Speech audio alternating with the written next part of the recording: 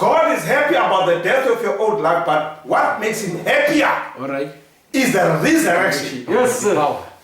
Power. To a new life. The power of the resurrection of Christ.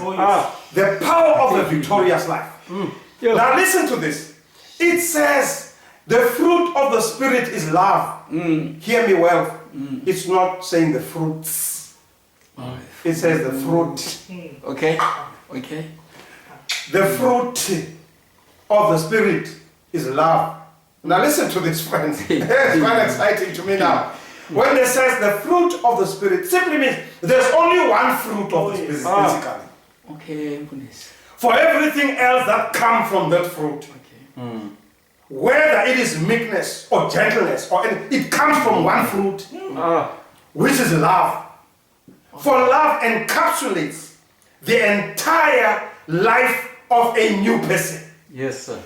Love the Lord your God with all your heart and all your mind. And love your neighbor as you love yourself. So love is the center and it encapsulates everything. Love says, God says, the fruit, one fruit of the Spirit is love. Does not multiply them, say fruits. Say fruit. Now, in that one fruit, it encapsulates so many things. I'll talk about them. But let me just make this point. That one fruit says, love the Lord your God with all your heart and mind and soul. In other words, have a living relationship with God. Exactly. Love. Love your neighbor as you love yourself. Love.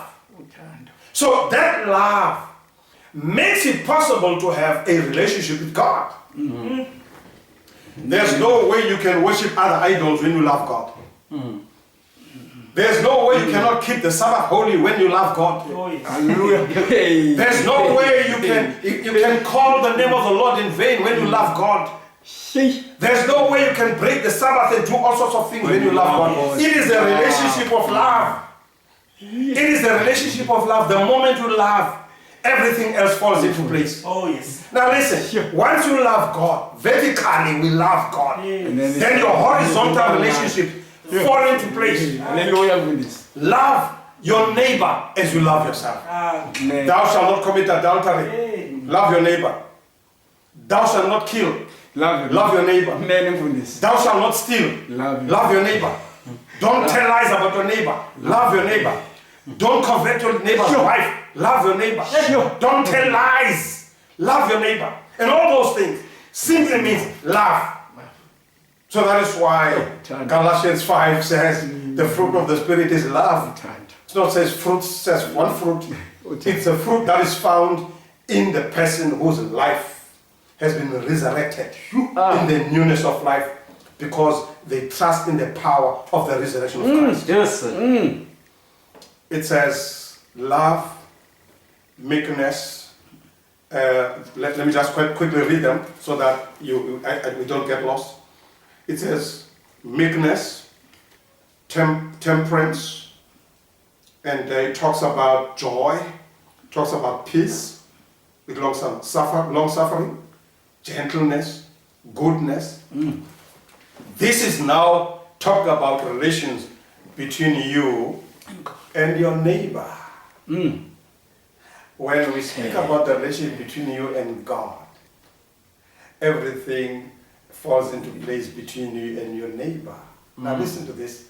If you love God, you can't do harm to children of God, which is basically your neighbor. You can't hate them. You can't do harm to them. You can't make them feel bad. Your presence in their presence becomes a blessing. They see in you what the resurrection of Christ has done in you. The newness of life, what is happening? They must also see how the buried life is benefiting for the mere fact that now you are in the newness of life.